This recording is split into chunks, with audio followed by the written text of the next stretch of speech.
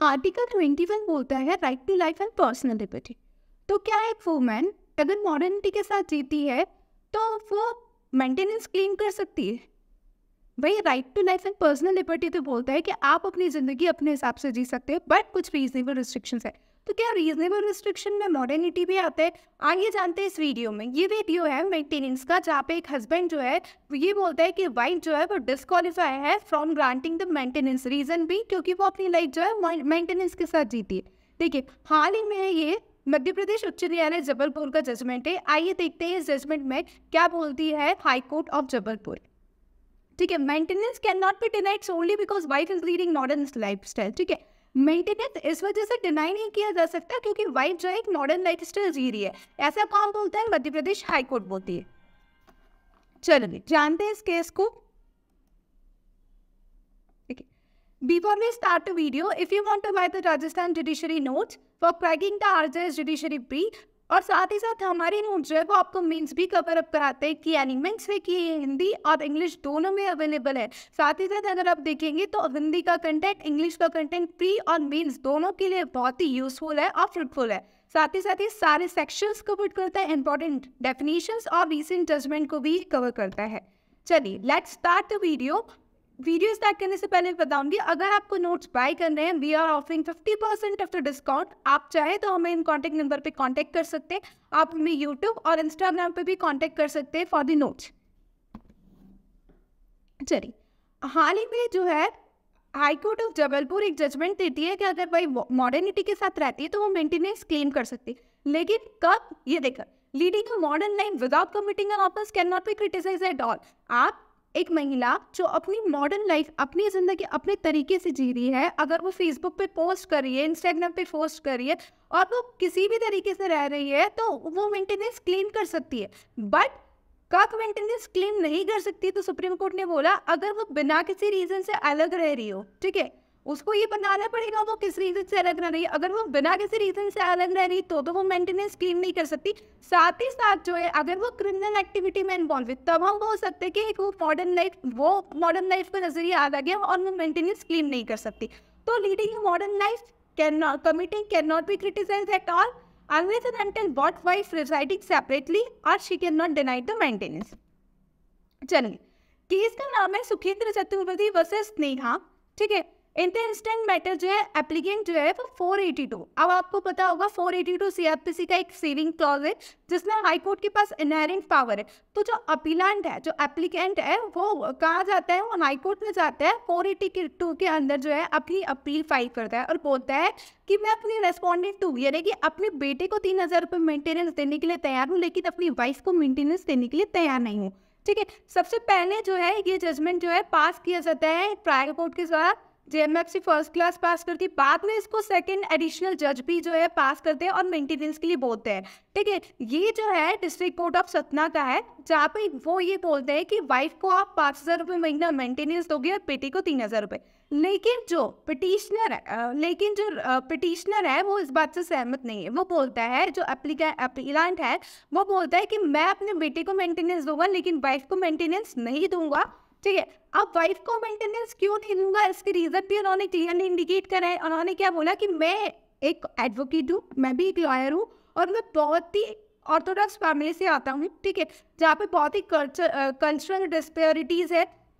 ठीक है, और हम लोग बहुत ट्रेडिशनली तरीके से रहते हैं और जो मेरी वाइफ है बिल्कुल मॉडर्न अप्रोच के साथ रहती है, मॉडर्न लाइफस्टाइल जीती है। और इसका उन्होंने एग्जांपल भी दिया, एविडेंस भी दिया है क्या कि आप उसके फेसबुक के पोस्ट देख लीजिए टू सपोर्ट हर क्लेम। ठीक है, तो इस वजह से मैं जो है उसको मेंटेनेंस क्लेम नहीं कर सकती वो और मैं उसको मेंटेनेंस दूंगा नहीं और मेंटेनेंस के लिए जो वाइफ है वो डिस्क्वालीफाई है। तो कोर्ट रिपीटेडली ये पूछती है, किससे पूछती? काउंसिल से, कि जो कोर्ट है क्या बोली? Court by passing the law can deal with the case basis of morality. क्या जो कोर्ट है वो मॉरलिटी के बेसिस पे डील करती है? क्या मॉरलिटी और लॉ को आइसोलेट किया जा सकता है? तो यहाँ पे जो काउंसिल है वो ये बोलती है कि मॉरलिटी और लॉ कभी भी जो है वो आइसोलेट नहीं किया जा सकते। मॉरलिटी और लॉ जो है वो साथ साथ चलता है। ठीक है, सुखेंद्र चतुर्वेदी वर्सेस कोर्ट ये बोलता है, कोर्ट के सामने दो क्वेश्चन अराइज होते हैं, क्या मॉरलिटी और आइसोलेटी को जो है मॉरलिटी और लॉ को आइसोलेट कर सकते हैं? तो रीजन है कि नहीं, मॉडर्निटी और लॉ जो है वो काउंसिल ने बोला वो साथ साथ चलते हैं, आप उसको आइसोलेट नहीं कर सकते। दूसरी चीज साथ ही साथ ये है कि अगर मॉडर्न लाइफ वाइफ जी रही है तो क्या वो इमोरल कैरेक्टर में आ जाएगा? नहीं। अगर मॉडर्न लाइफ एक जो है वाइफ अपनी तरीके से अपनी जिंदगी जी रही है और वो मॉडर्न लाइफ जी रही है तो वो कहीं से भी इमोरल की कैटेगरी में नहीं आएगी, अनलेस एंड अनटिल जब तक वो कोई क्रिमिनल एक्टिविटी या किसी एडल्ट्री में इन्वॉल्व नहीं है। ठीक है, the court consider the submission, court submission में ये बोलती है, एक रेफरेंस लेती है court Nagarathna versus state of 2023 का, और ये बोलती है कि वाइफ कंडक्ट, आप कब बोलोगे कि वाइफ जो है मॉडर्निटी पे मेंटेनेंस क्लेम नहीं कर सकती? जब वाइफ का कंडक्ट आपको लग रहा है कि वो क्रिमिनल एक्टिविटी में इन्वॉल्व है, साथ ही साथ यहाँ पे अनरीजनेबल, बिना किसी रीजन के वो सेपरेट होना चाहती है, तो आप उस कैटेगरी में बोल दोगे कि वाइफ जो है यहाँ पे मेंटेनेंस क्लेम नहीं कर सकती। कोर्ट ने साथ ही साथ ये बोला कि जो ट्रायल कोर्ट ने जजमेंट दिया ना उसमें कोई भी एरर नहीं है, ट्रायल कोर्ट का जजमेंट बिल्कुल सही है, और वाइफ चाहे तो अपने जो मेंटेनेंस है उसको और बढ़ा भी सकती है। एज अगर आप देखो महंगाई को देख के, सबको देख के, तो वाइफ जो अपना मेंटेनेंस बढ़ा सकती है, 5,000 से वो 6,000 7,000 बढ़ा सकती है, लेकिन उसके लिए वाइफ को जो है वो दूसरी पिटीशन फाइल करनी पड़ेगी। ठीक है, तो ये पूरा जो केस था ये था सुखेंद्र चतुर्वेदी वर्सेस स्नेहा, चूंकि हाल ही जो है जजमेंट दिया गया है मध्य प्रदेश हाईकोर्ट के द्वारा। ठीक है, अब मेंटेनेंस क्या बोलता है, मेंटेनेंस आप कहाँ क्लेम कर सकते हो? देखो सीआरपीसी का अगर हम प्रोविजन देखें, सेक्शन 125 टू 128 बताता है मेंटेनेंस के बारे में। आप Hindu marriage and adoption act में भी जा सकते हैं, वहाँ पे भी मेंटेनेंस जो है वो क्लेम कर सकते हैं उसके सेक्शन 14 में।